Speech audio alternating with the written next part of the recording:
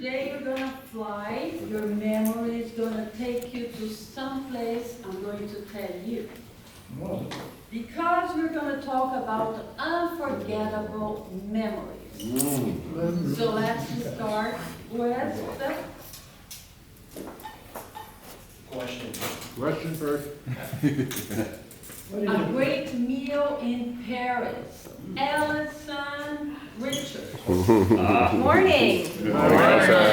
Toastmasters, happy Friday, happy March. A great meal in Paris. I did indeed have one of those. We went to Paris last year for a long weekend. Yes, a long weekend. We traveling Richards do that. We left the hotel one evening in the pouring rain. It was our last evening, and we went to go find a cafe to eat, and it was the best. We had French onion soup and escargot and Carlsberg to drink. And absolutely delicious. I recommend it if you have not been to Paris. The people are wonderful, the food is wonderful, the sights are wonderful, and it's just a great place that you can get to for a long weekend. There you go. Thank you.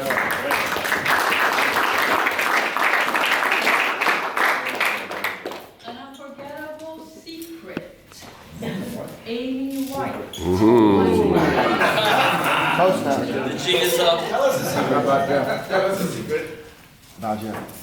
An unforgettable secret? How about Jeff? Well, you know, I'm in healthcare and I'm sworn to HIPAA, so as much as I want to tell you all, I can't say a word. Nope. I'm not telling anything. You can't get it out of me. I want to tell you because it's really juicy. Just don't show the answer PHI, we're good. I can't. I'm a vault. You can't get it out of me. I really want to. I'm an eager beaver about health and wellness, but I just can't say it. All right.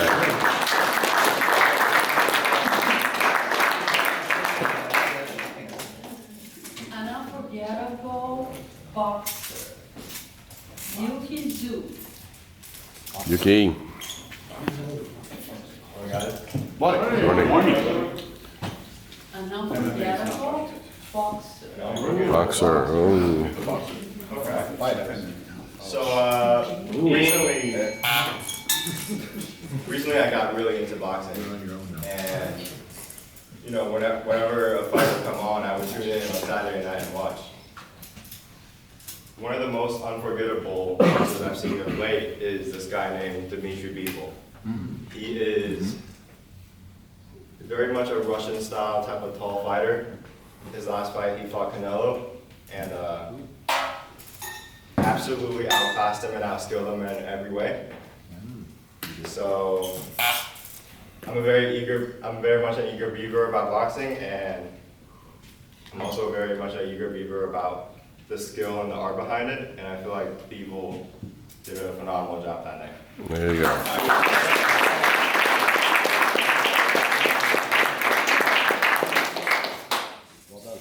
Carmelo Belardo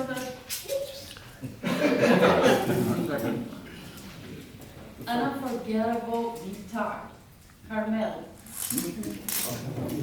2007, Van Halen, reunited, the original Van Halen. I saw them 3 times that year. Second time I saw them, my friend Charles Huntley and I, we got on a plane, went to LaGuardia.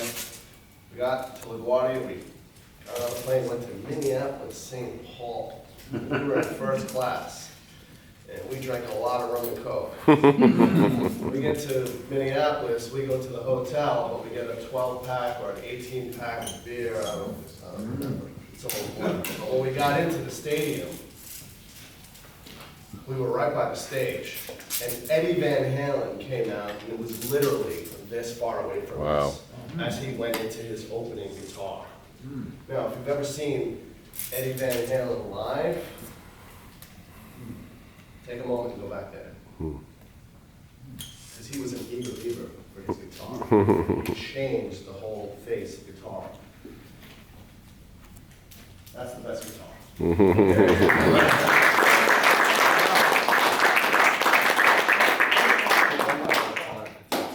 unforgettable first day, Mark Wright. All right. Day. Day. First day. Day or date? Day. DAY? I'm just gonna 180 and address the elephant in the room. I was a little tired last night, wasn't sure if I was gonna be able to make it. Got an email from our president, and beaver.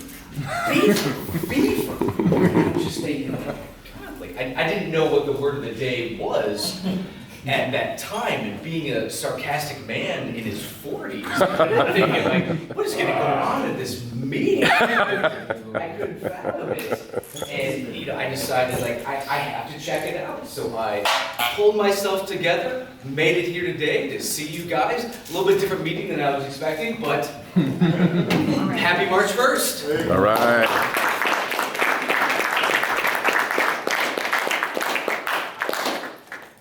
An unforgettable fight, Darren Sprout. Aaron.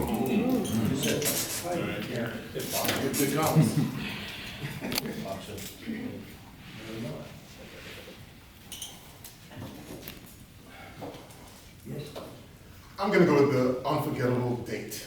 First date. I'm not tired. One Friday morning after leaving Toastmasters, I went to our neighborhood Costco. You know, I wanted to buy 50 gallons of detergent, oranges. I had my jacket on. Walking through the aisles, perusing the aisles, looking for the things that I wanted to, and then I saw a lady on a wheelchair, one of those motorized chairs, looking up. So I walked up to her and I said, "Is there anything I can help you with, ma'am?" And she says, "Oh, I like your southern hospitality. Can you reach this for me?" So I reached it for her, gave it to her. And she says, "Well, if I was just about 30 or 40 years younger, you have a tall cup of tea." I said, "Ma'am, is there anything else I can help you with?" She says, "Well, you can sit right here on my lap." "Ma'am, I appreciate you. Is there anything I can help you with, out with?" She then says, "Sit here on my lap, sir." I said, "Ma'am, I don't want to break anything." She says, "Well, you can break my hip." I said, "Ma'am." She was quite an eager beaver.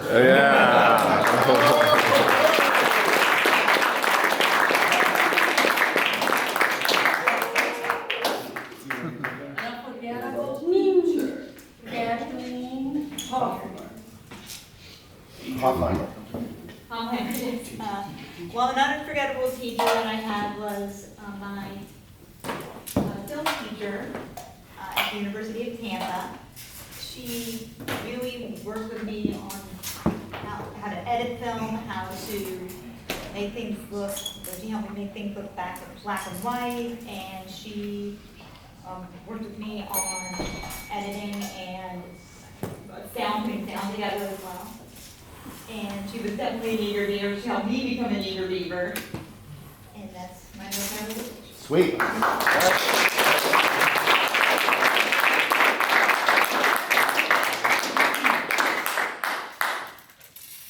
Day at the Army, Carlos Benito.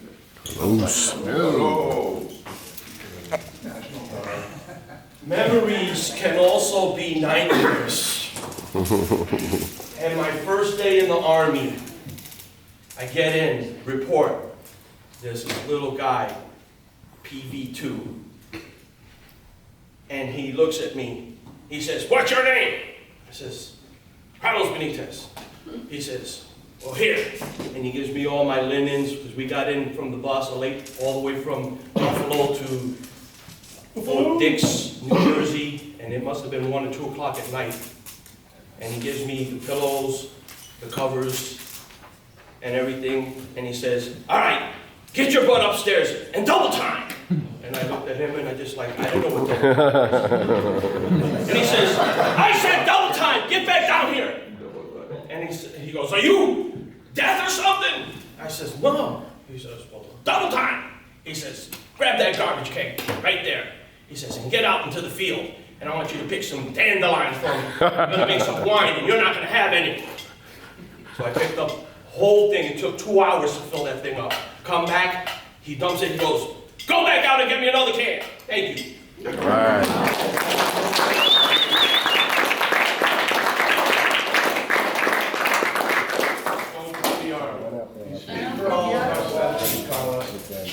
An unforgettable tough customer.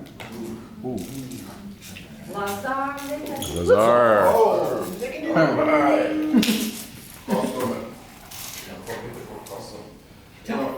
Tough.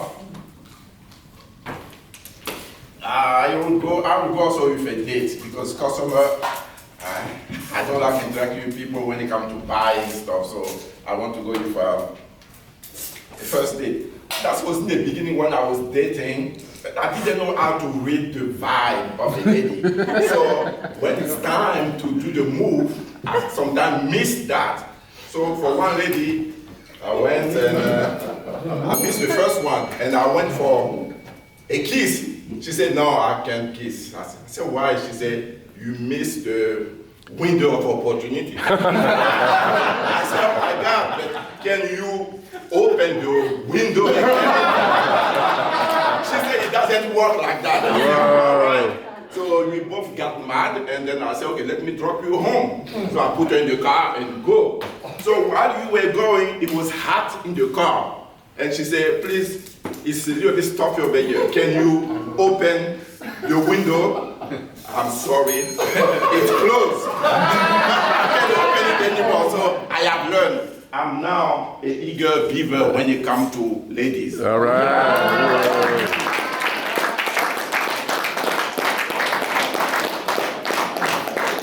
She's smiling. You don't have to worry about a thing. An unforgettable failure.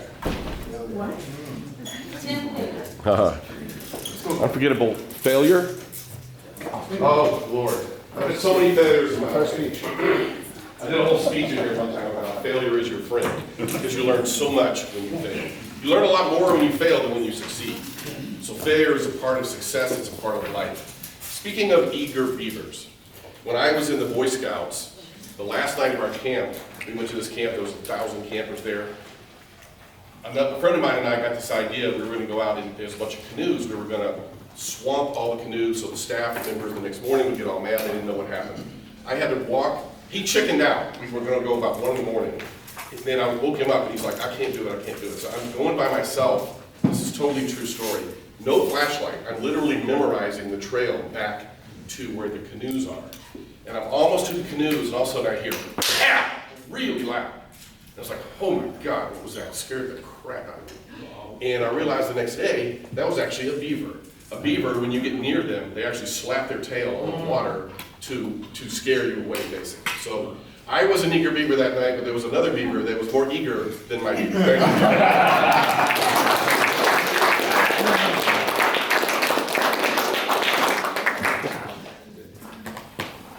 An unforgettable Italian. Brandon Hall.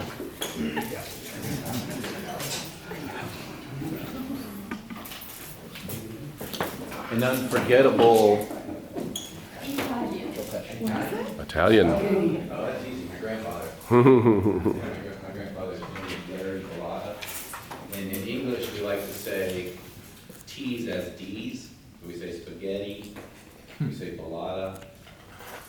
That always kind of aggravated him. He was an eager beaver for language. He had this easy ability to learn language. He spoke French, Italian, German, English. I think he spoke 5 languages. He was stationed in Japan during World War II. He was also in the Korean War as well. So served in 2 wars. And he was a storyteller of all storytellers. And I was too young to remember most of them, but he would set the table as well. He was an eager beaver for table setting being just right. My grandmother was German. She was an eager beaver for making the Italian recipes that his aunt brought over from Italy, and they were perfect. She cooked everything perfectly. People would come over for dinner. and they would just, you guys should open a restaurant. And he would tell his awesome stories. He's very memorable Italian. Thank you so much.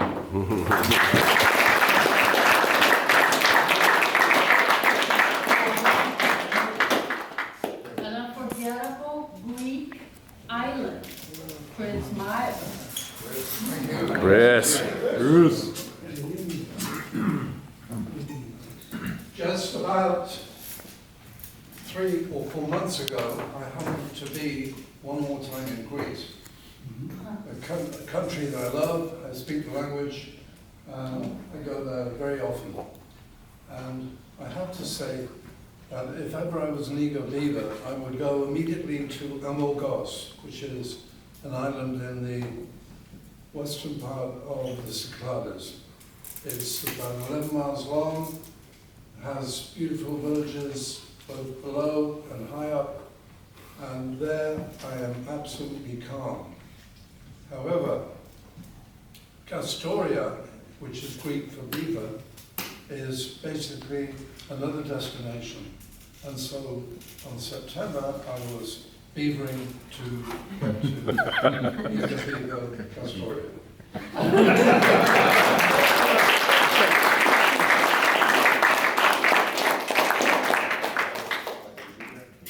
An unforgettable soldier. Jeff Ruffin. Yeah. Toastmasters and guests, an unforgettable soldier. I'm still stuck on this guy's version of double time, interpreting it as sauntering. An unforgettable soldier. I gave a speech about Richard Zenz years ago. He was one of my executive officers when I was a commander over in Korea back in the late 90s. That ultimately was hit and killed by a drunk driver. And he was somebody that, he was an only child.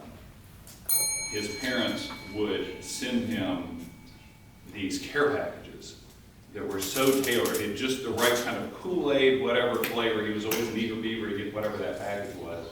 And a regret of mine was that I never went to visit Bill and Bruna Zenz, his parents, after he was killed.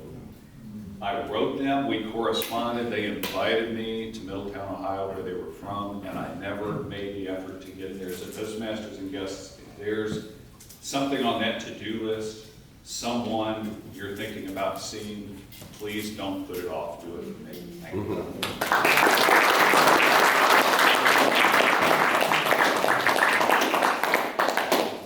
An unforgettable phone call. Toastmaster Eugene Rosales.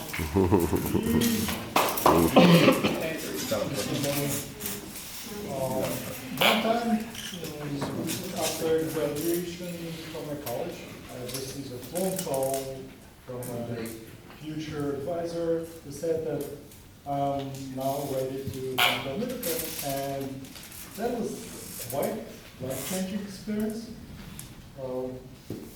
In one day, you travel across the world, and that was something that I cannot forget. Totally.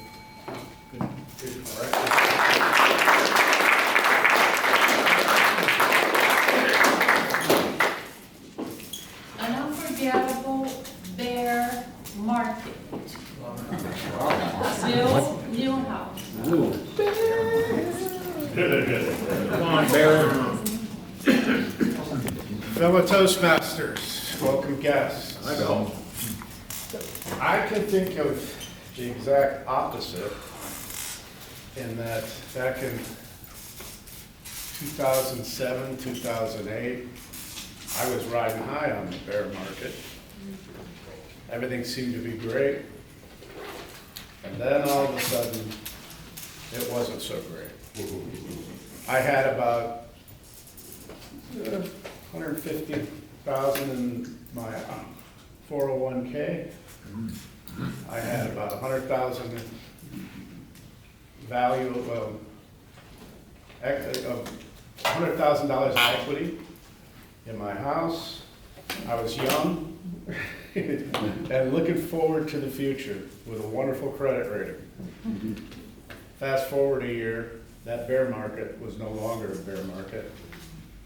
And I could have listened to that gentleman right over there at the table, maybe to forewarn that the market was coming, but I didn't.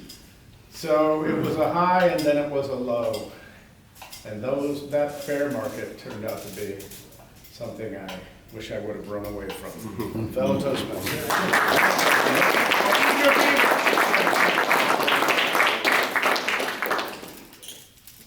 An unforgettable memory of an unpleasant guest.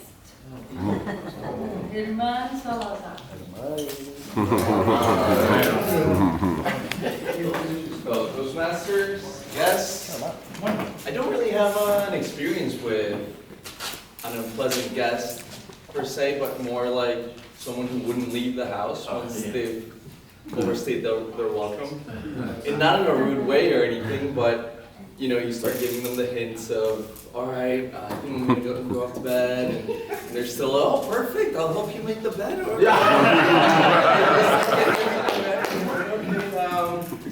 And to the point that you're just thinking about like what you can do, and they're just so eager, they're being eager beavers to just stay and linger around, and they don't leave. So nothing in particular, but just people who won't leave.